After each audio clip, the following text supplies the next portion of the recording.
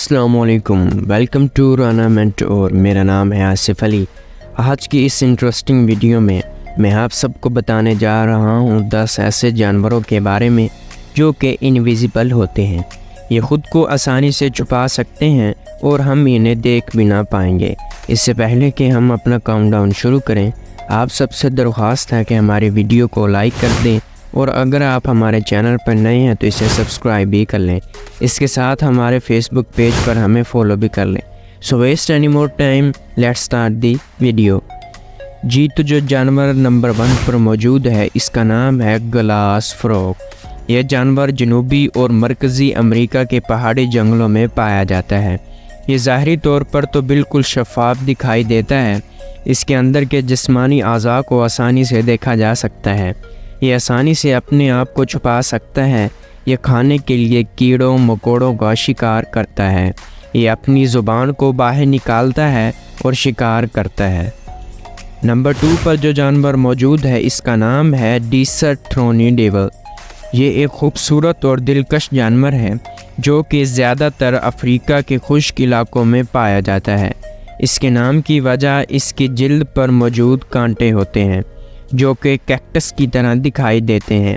یہ عام طور پر سرمئی رنگ کا ہوتا ہے جو اسے اپنے ارد گرد کے ماحول کے ساتھ گھل مل جانے میں مدد کرتا ہے۔ نمبر 3 پر جو جانور موجود ہے اس کا نام ہے کیٹل فش، جو کہ زیادہ تر سمندری علاقوں میں پائی جاتی ہے۔ یہ ایک مثالی مچھلی ہے جو اپنے جسم اور رنگ کو تبدیل کرنے کی صلاحیت رکھتی ہے۔ اس کا نام کیٹل فش اس کی مشہور خصوصیت سے وابستہ ہے۔ جب یہ خود کو چھپانے کے لیے کٹل بن جاتی ہے، یہ مچھلی اپنی چمکدار جلد اور بڑی آنکھوں کی وجہ سے خوش آئند اور دلکش نظر آتی ہے۔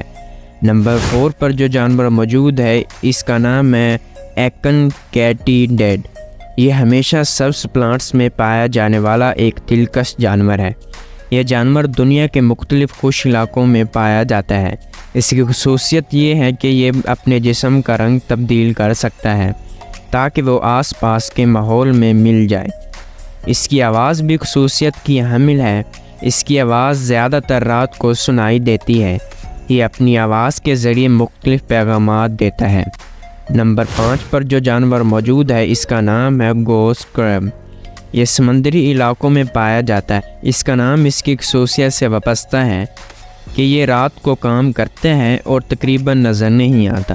اس کا چھوٹا سا اور ناقابل ظاہر ہونے والا جسم اسے اس کی شناختی زندگی کی خوبصورتی کو چھپانے میں مدد دیتا ہے۔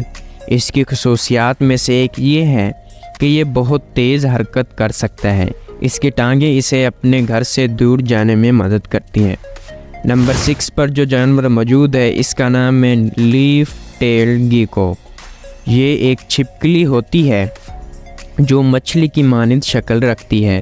یہ جیکو مرغیوں کے گروپ میں آتی ہے اور دریائی علاقوں میں پائی جاتی ہے۔ اس کا اردو زبان میں مطلب یہ ہے کہ پتوں والی دم رکھنے والی چھپکلی۔ اس کی دم کی شکل پتوں کی طرح ہوتی ہے جو کہ اسے ارد گرد کے ماحول کے ساتھ گھل مل جانے میں مدد کرتی ہے۔ اس کا رنگ بحیرہ روم کے دریا کے پھولوں اور پودوں کے ساتھ مل کر اسے گھل مل جانے میں مدد کرتا ہے۔ نمبر 7 پر جو جانور موجود ہے اس کا نام ہے گلاس ونگ بٹر فلائی، جو کہ خوبصورت پھولوں والی مچھلیوں کی طرح نظر آنے والی ایک چھوٹی سی تتلی ہوتی ہے۔